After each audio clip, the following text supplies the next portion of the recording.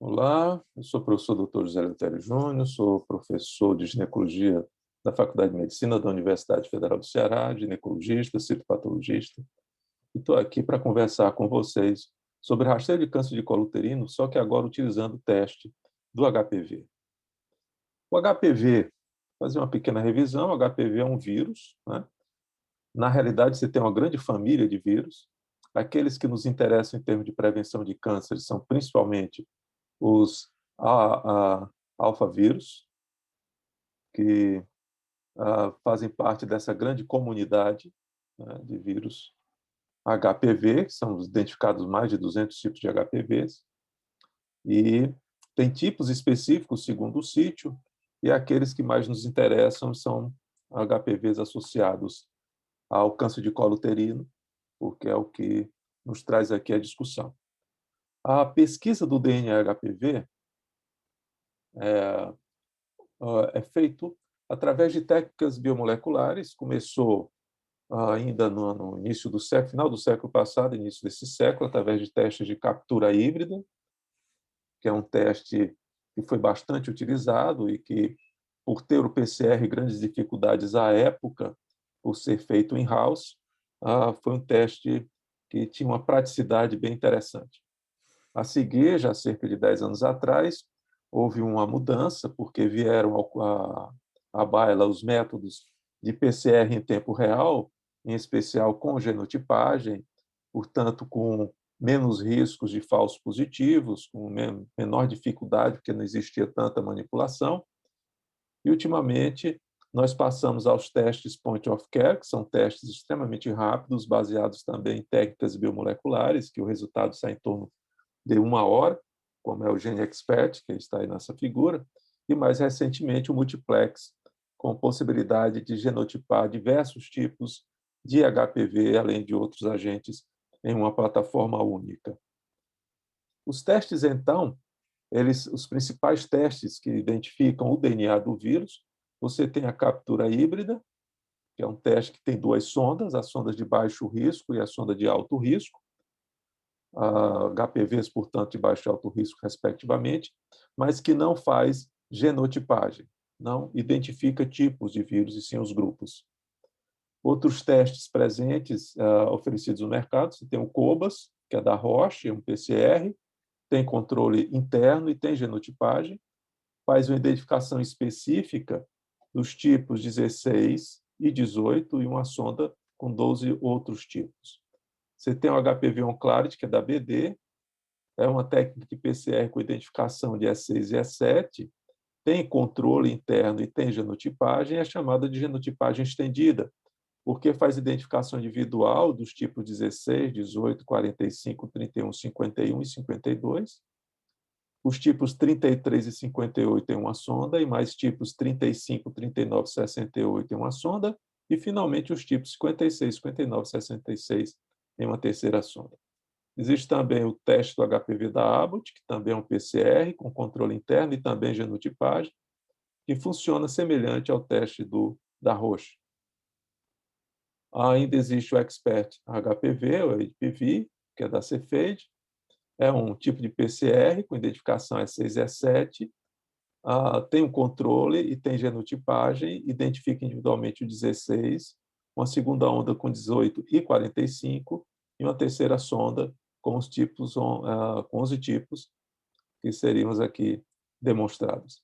E, por fim, o Nplex HPV 28, que é da Cidini, que é uma técnica multiplex PCR, com controle interno e com genotipagem, que identifica 28 tipos virais, sendo alto risco e baixo risco.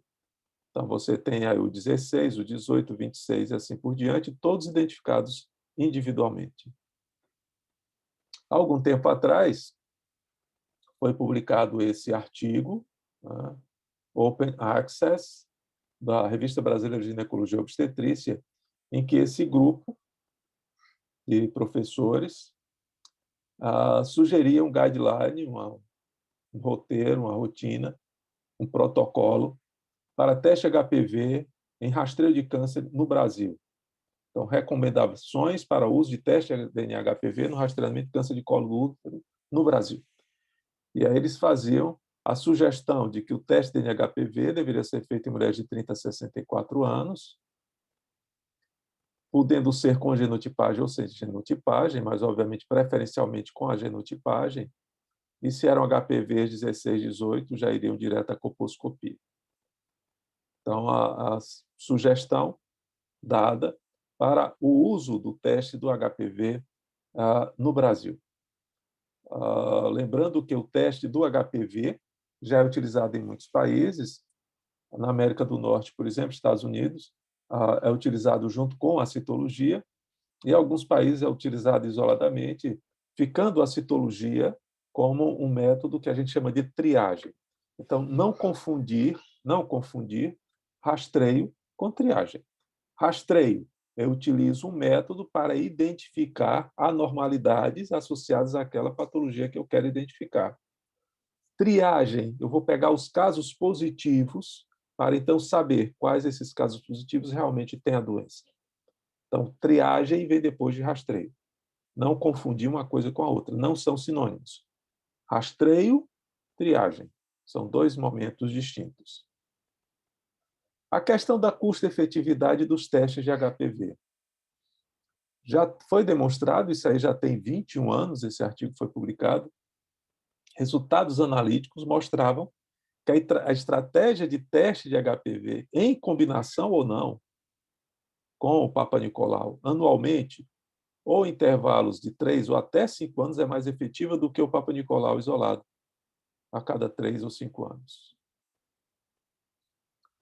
Esse artigo foi publicado por Dillner e fazia um segmento, uma coorte de mulheres, para identificar qual método de rastreio se mostrava mais efetivo, levando-se em conta a incidência de NIC3 por 100 mil mulheres, 10 mil mulheres, perdão, e foi observado que o uso de teste biomolecular do HPV, né, ou HPV isolado, ou o HPV associado à citologia, demonstrava, sim, uma efetividade melhor do que a citologia isolada. Então, há uma prova de que o teste do HPV tem que ser pensado como forma de rastreio por sua alta sensibilidade e seu alto valor preditivo negativo. Vai acontecer caso em que a paciente vai ter HPV e não tem nada. Então, em termos de doença de colo, seria um falso positivo. Mas, na realidade, é a presença do HPV sem doença, é a infecção latente do HPV. Então, isso é totalmente explicável e factível. Aqui, ainda o resultado daquele artigo que nós citamos anteriormente, em que eles mostram as recomendações mais relevantes, que seriam como rastreio primário, a cada 5 anos, em mulheres com mais de 30 anos, né? Demonstrando que a citologia pode ser recomendada como triagem após o teste HPV ser positivo. E aí outras situações em que o teste HPV pode ser utilizado, no caso em que a citologia preceda o teste, que é outra possibilidade. Uma vantagem do teste de HPV é a autocoleta, a possibilidade da paciente fazer a coleta em si mesma. Isso é muito importante em locais de difícil acesso para sistemas de saúde. E a autocoleta demonstrou, nessa revisão sistemática e meta-análise, ser realmente efetiva em termos de prevenção de câncer do colo uterino. Muito bem, era isso que queria conversar com vocês sobre esse assunto e espero vê-los em uma próxima oportunidade.